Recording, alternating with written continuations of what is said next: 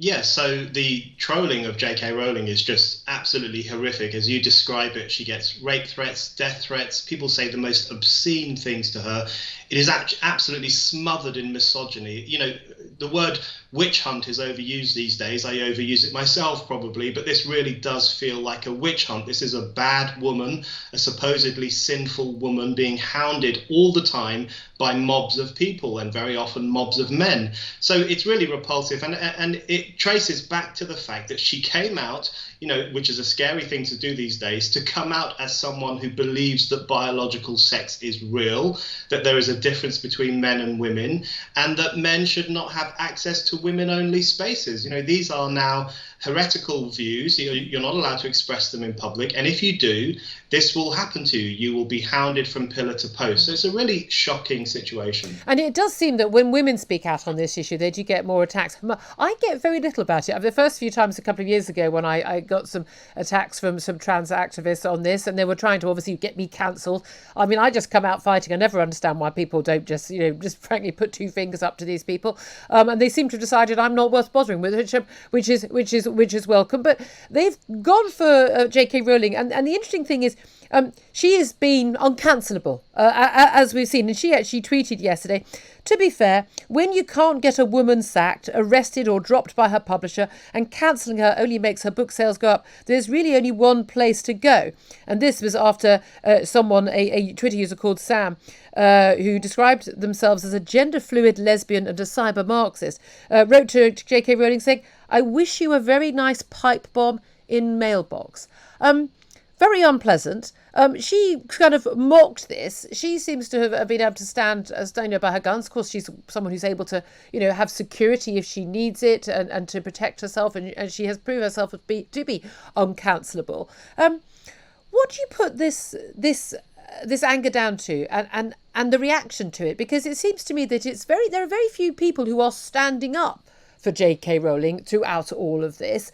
Whereas when there's abuse from a very small number of people, it would transpire, of Marcus Rashford and Saka and others for missing penalties in the Euro final. I think that abuse is totally unacceptable, absolutely disgusting and unacceptable. And those people needed to be hounded from social media, absolutely. However, there was an outcry, national media, front page news. I was watching it from afar on holiday. It was leading news broadcast constantly for days on end. And yet when someone threatens to rape, murder and abuse a woman for speaking out on this issue, barely a whimper. Why? It really is quite obscene. I noted the same thing. The racist abuse of Saka and Sancho and Rashford, the vast majority of people in this country recognise that was repulsive and disgusting. Thankfully, it was from a very small number of accounts, and some of them were from overseas. But as you say, that dominated the news for days on end, whereas the witch hunting and the hounding and the threatening of J.K. Rowling barely makes a ripple in the mainstream media. It's really shocking. There's a real double standard. And I think there's a strong element of cowardice in this. I think there are probably people, including in the liberal media, who recognise that this is bad, recognise that this is wrong, but are unwilling to speak out because they don't want to be called a TERF, or they don't want to be subjected to mob hatred, or they don't want to lose their pristine reputation as someone who has all the right views. And they don't want to be called transphobic. I mean, that's the key thing, is that lots of the abuse that are directed at J.K. Rowling, my view is, even if she were transphobic, that still would not justify the threats and abuse she gets. But she's not transphobic. She has written extensively about her views on trans issues. She is very much supportive of trans rights and trans freedoms, and has never said or written anything that would ever suggest anything other than warmth, compassion and respect for trans people. And yet she's called a transphobe simply for believing what is biological fact. And I'm genuinely... If this is a hill I have to die on, if this is the reason I lose my job, I will keep saying this every single day on my show. Trans women are not women. Trans women are women. They are biological men. You cannot be born a man and become a woman. You cannot be a woman and become a man. You can change all your legal certificates, your birth certificates, your passport as much as you want. If you are born with a penis, you are not a woman and will never be a woman. Now, that is transphobic hatred, according to some. I believe that is a statement of biological fact. Yeah, and what's happened, that's exactly right. What has happened is that biological fact has been redefined as bigotry. And so what you have, J.K. Rowling, like me and you, she believes that trans people deserve to live a full life, free from persecution, free from discrimination, free from harassment. I have never met anyone who doesn't agree with that. But the question is, what happens when the transgender lobby, which is a very different thing altogether, when that starts to harass women and demonize women and shut people down for expressing biological scientific truths? And I think it's unavoidable now that, in my view, the transgender lobby is like misogyny in drag, because it presents itself as a progressive force. It wears this progressive garb. It thinks it's the new civil rights movement, but in fact it is often disgustingly misogynistic towards women who hold certain views on sex and gender. That's what the J.K. Rowling stuff shows. It shows that freedom of speech is under assault these days, freedom of conscience is under assault, and the right of women in particular to express views on sex and gender, that is no longer tolerated by the supposedly woke set. Yeah.